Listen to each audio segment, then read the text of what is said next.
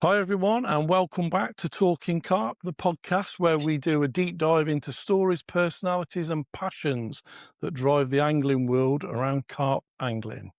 Today, I've got a special guest who sits right at the heart of one of the biggest online communities dedicated to a brand, or actually now a couple of brands. I have with me Mr. Tom Simcox. Hiya, Tom. How you doing? I'm all right, Mark. How you doing, mate? Yeah, very well, very well. It's great to have you here. The main man behind the Nash Tackle fan page. Yeah.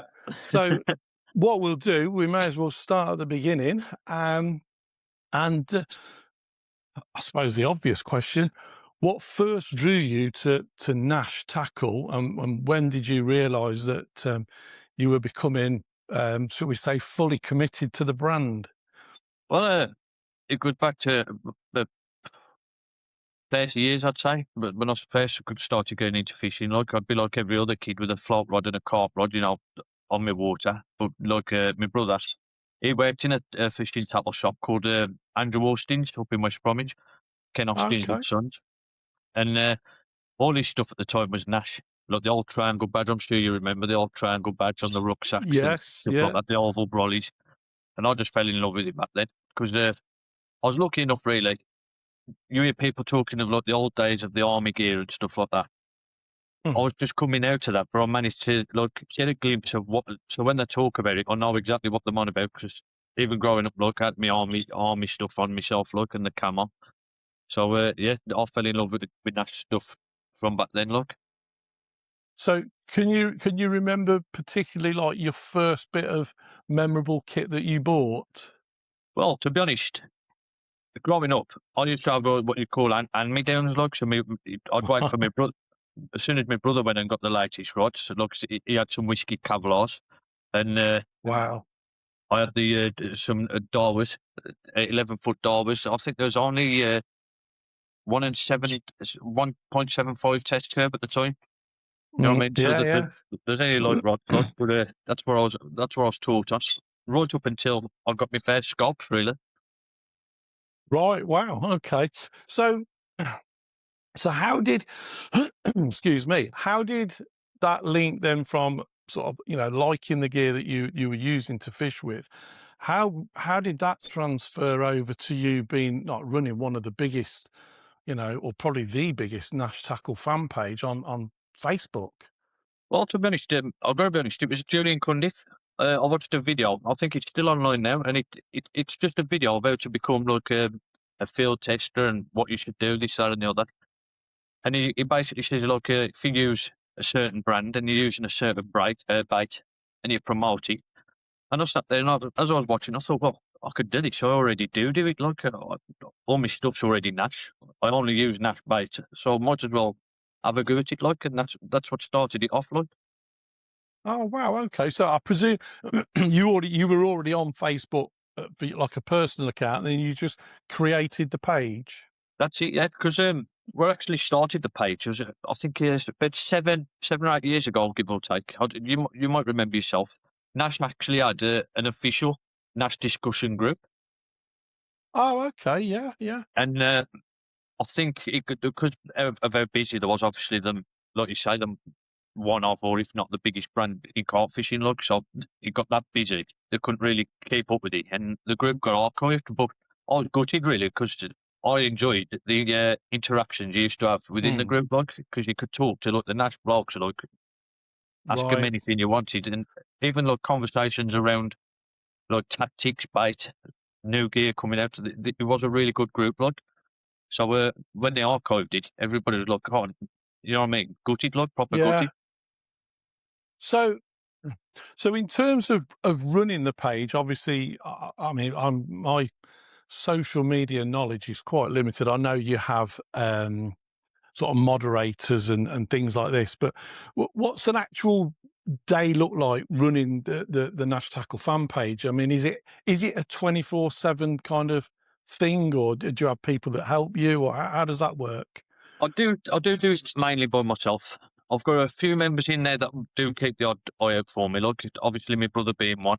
A couple of people, just general members that'll flag stuff up.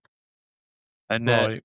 but mainly, I wouldn't say it's 24/7, but it can take up a fair chunk of the day, like sometimes, especially when there's new releases and stuff like that, and your questions start flooding in. So obviously, then you've got to get that information back to them as accurately as you can, like, and whether that's me going into the B2B account and getting this info up, or whether it's going back to Alfie or one of the lads at Nash to get that information as well. Okay, so if there's something technical on there, you're in contact with the guys at sort of the Nash offices to to try and help people out and like you Yeah, say, pass the absolutely. right information. Yeah, and Okay, I didn't realise that. well, they have members in there as well. I mean, until well, I think Henry Lennon's still in there. Look, he still posts his YouTube videos and stuff like that. Jermaine, the Lancaster, Yeah, yeah. yeah, he's in there, and I see him quite a lot. Look, when there's questions about rods, look, he's a great source of information. He helps out quite a lot. And Nash is the Oh, actual okay. company name in there as well, so they can just fire away. Look, Right. Okay. So, well, it's as I say, it's an impressive group. Uh, one of the an obvious question to do with social media. I'm presuming you do get negativity, and how do yeah. you manage that? I mean, is it directed at you, or is it more directed at Nash, or what's the balance on that? Well, I'd say very rarely it gets directed at me, but when it does, it's sort of water off a duck's back. I don't really care what Mm, people think, like, you know what I fair mean? play. I'm Yeah. like that. And you ain't going to please everybody, am you? You know what I mean? That's the way I look at life in general. You ain't going to Uh, please everybody. Yeah, absolutely. I mean, over the years, when I've interviewed in the magazine that some of the lads from Nash, and I always ask the same question: how do you deal with that negative? And everybody says the same. I mean, at the end of the day, you've got to, you've got to just, it's part of it, isn't it? You've Yeah, just got yeah. to ignore it. But so flipping that around, then, what's one of the most positive things that you've seen come out of this community? In terms of like the replies back, you know what I mean? And getting back in touch with people as soon as I can, like that's the one thing I try and stay on top of. If I get questions or anything like that, I'm like, that's where my most positive outcome is, like me replies back to Right. them. Because obviously some them not busy, it can take a few days. So I'll try and get that information, whatever is asked ASAP, look. And I think we're like that as people, look, even when we ask questions, you know what I mean? I don't know if it's just Yeah. a natural way we just seem a bit of a rush sometimes. In terms of me going back to them, the information and answers that they're looking for, that's mainly the positivity I'll get back, look. And the more it's really fast to look, thanks a lot, Tom, look, top Oh, man, and all the rest of it, like, you know, they're appreciative. I've responded to posts and I've posted myself in it because, as you say, it is a good source of, I suppose, real information. It's people Yeah. who are using the products, but then you've also got those questions of people who are thinking of getting a product and want to know a bit more about it. But I think it's always nice to have that reality. It's these, as you said yourself, you use the Nash products, so you're on the bank with the product, so you know how they work and the quality of them. So do you feel that the fan page is an influence to getting people like to use Nash products? Well, I hope so. Yeah, definitely, I'd say.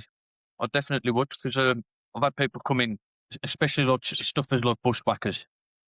You know what I mean? Because Hmm. them is totally like out the blue, and obviously I think National Money the only ones that do. I'm an old Signet do one, but like as a Yeah. top baiting spoon, I think you look no further than the bushwhacker. And people from all sorts come in to find out about the bushwhacker.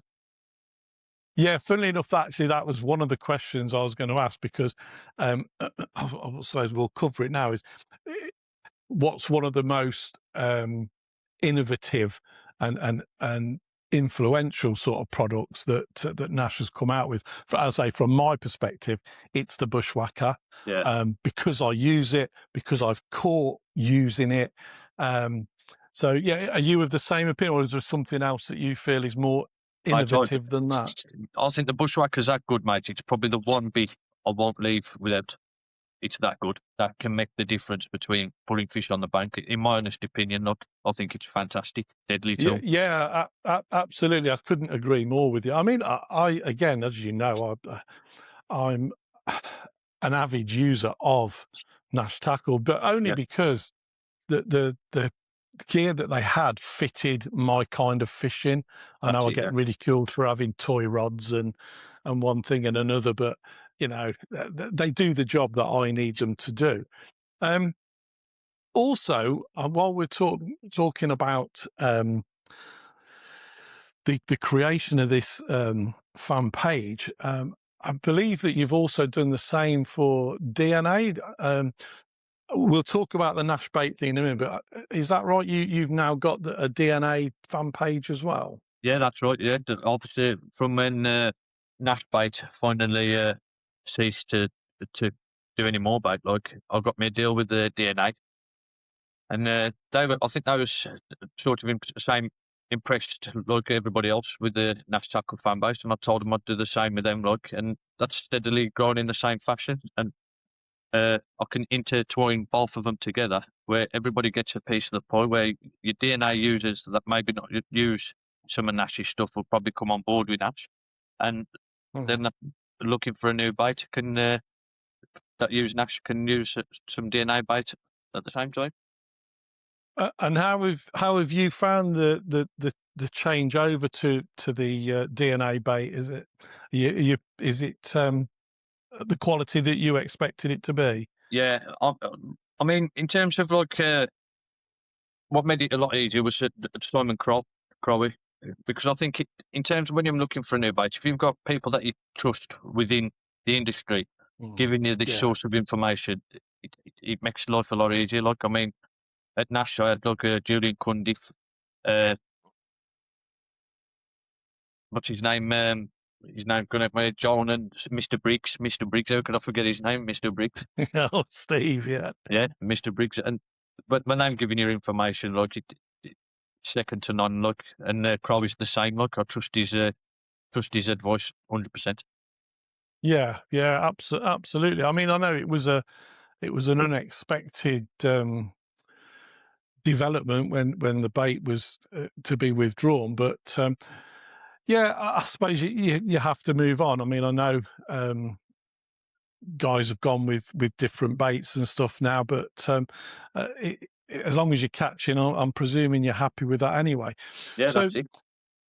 going back to the Nash, is there a bit of gear, like a one piece of Nash gear that you swear by outside of the Bushwhacker? Is what's your sort of setup look like in terms of bivvy, bed chair, that kind of thing? Well, my bed chair's the MF60. I've got the heated blanket on that with the old memory foam.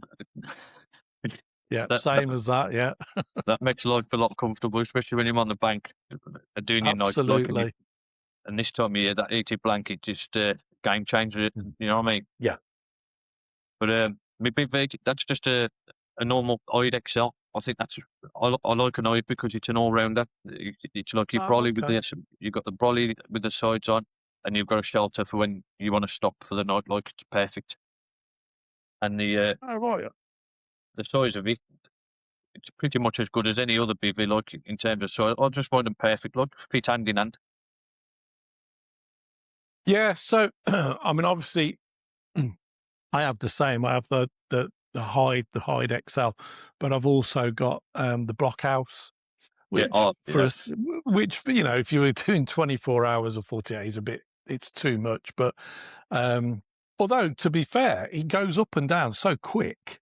Yeah. It's just you don't need the physical sort of size. But I swear by it on sessions when I go to France and Belgium and Holland and stuff.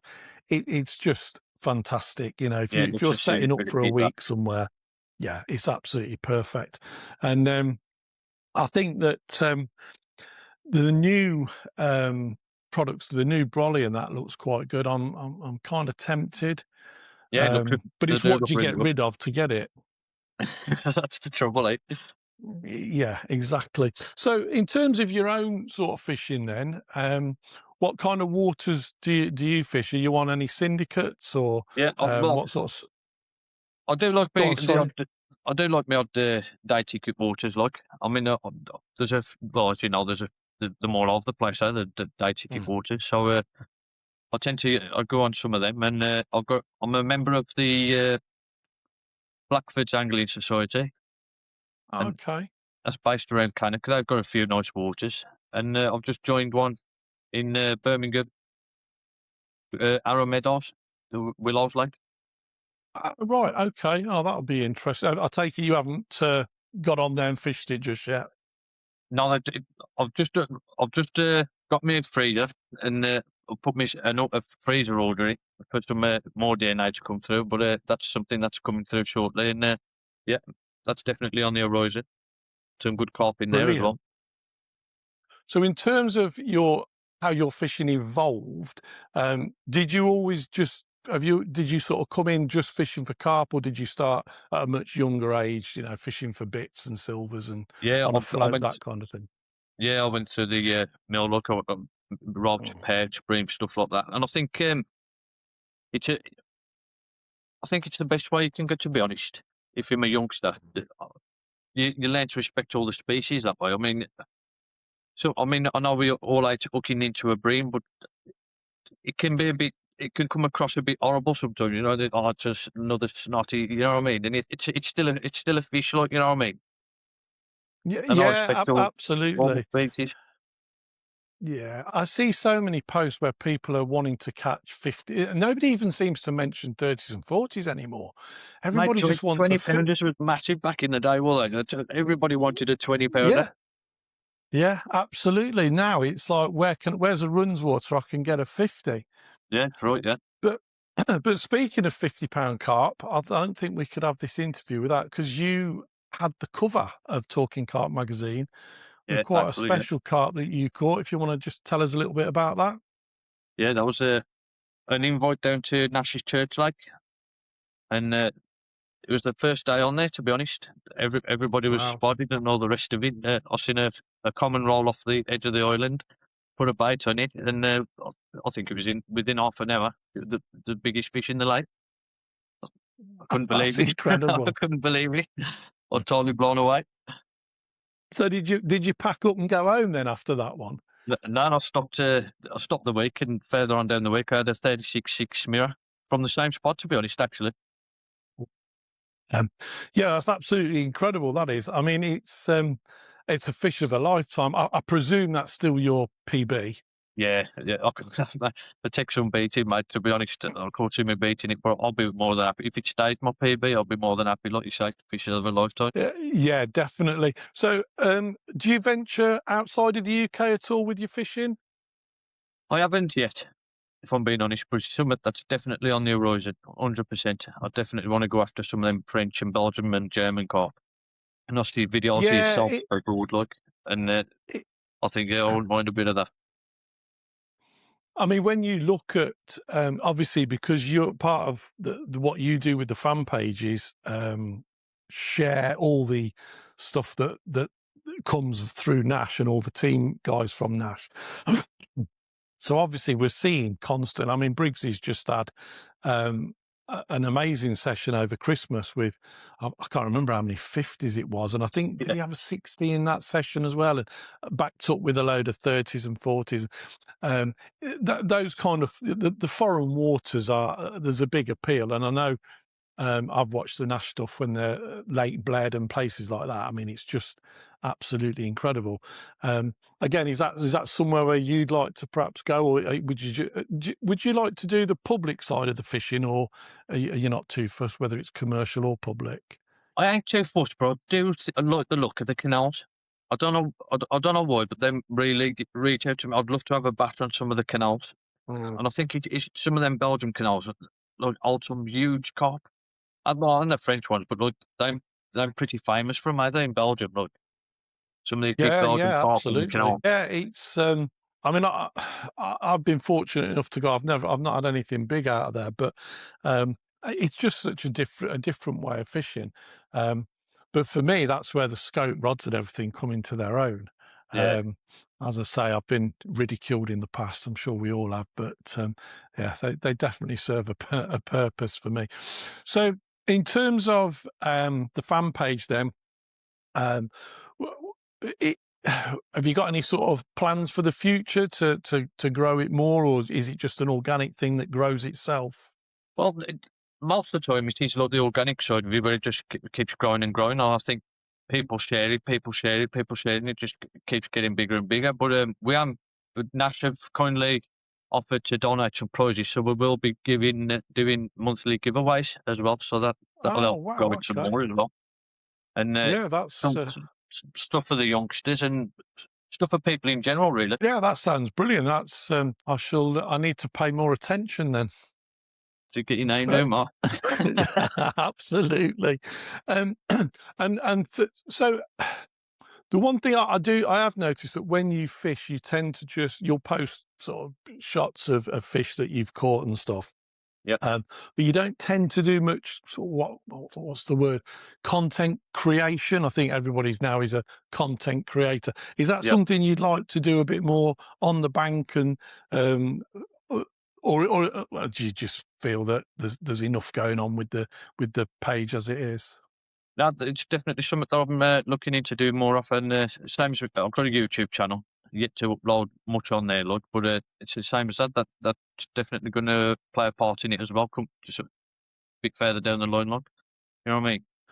Yeah, yeah, absolutely. I mean, it seems there's so much. I noticed on the fan page there's people, put on there to promote, and you don't seem to mind that. You don't mind people promoting their own No, pages definitely and not. YouTube channels. The pies, the fishing, the way I look at it, the fishing pies are huge.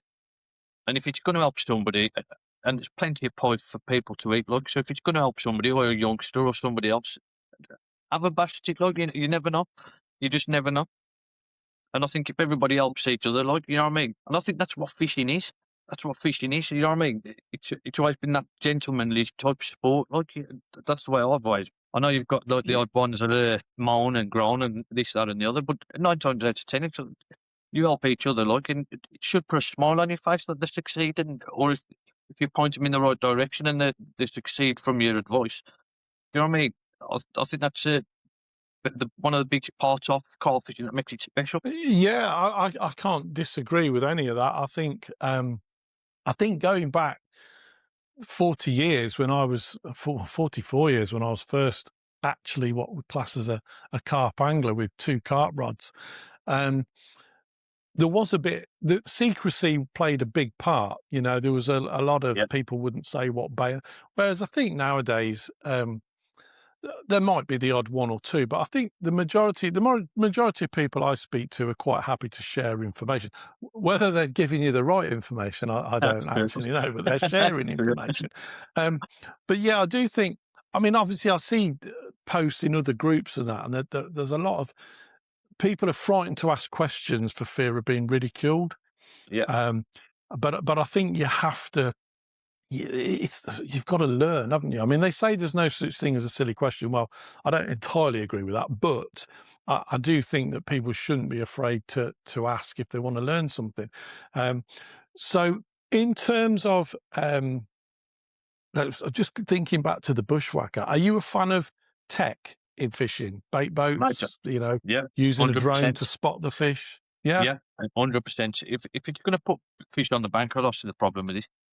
As Mm. long as, I mean, it's just same with everything, mate. As long as it's used properly, I don't see like a problem. I mean, you don't want somebody in peg one ticking the bait boat up to peg 17 across everybody. Like, you know what I mean? And it's the same with the drone. You don't want somebody flying a drone right in your face while you're reeling your fishing. It's common sense, a lot of it. Like, I know there's some out there that lack it.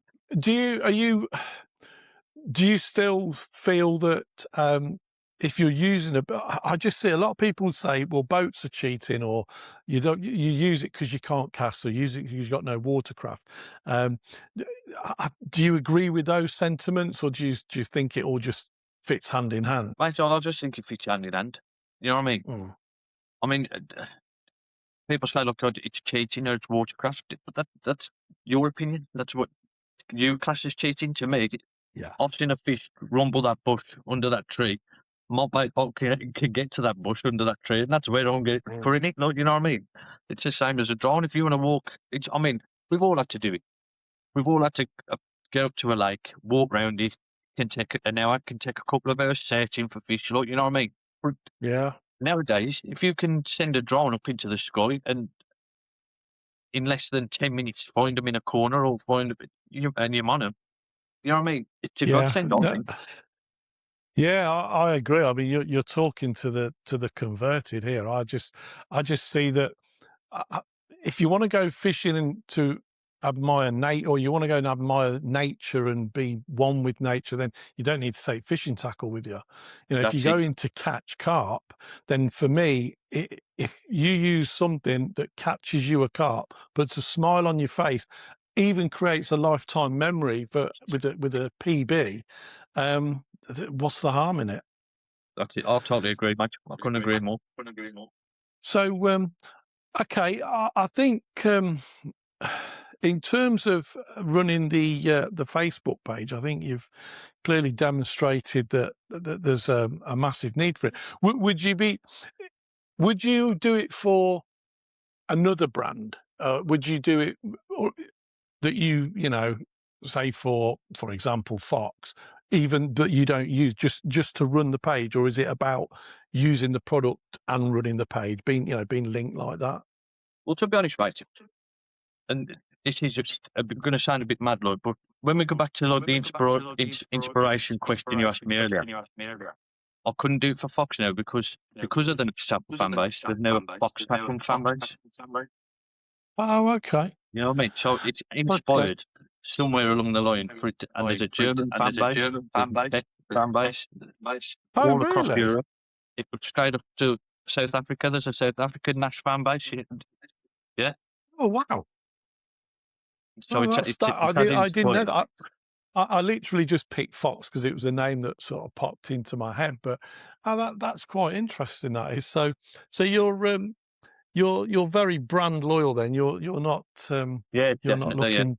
Yeah, and do you feel that innovation wise, do you think Nash are still kind of at the forefront with the stuff that I mean? Obviously, the scope range and stuff was very innovative as well.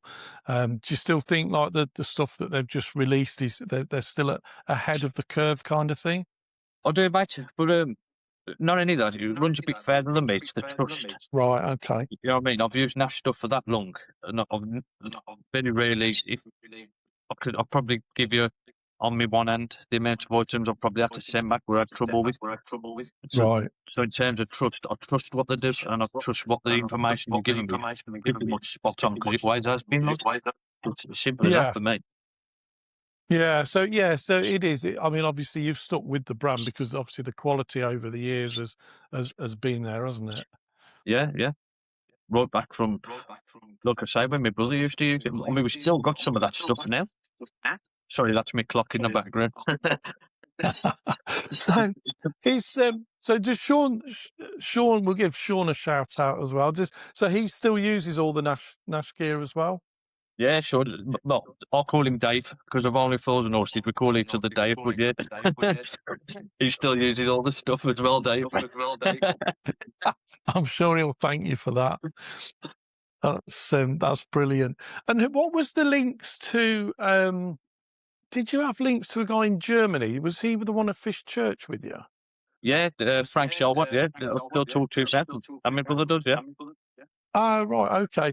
So, and does he do anything in Germany with the fan page? Is that him He's got or? he's got a German fan page as well, yeah. And I think Oh, he's pretty okay. much still running it the same as he was then, look.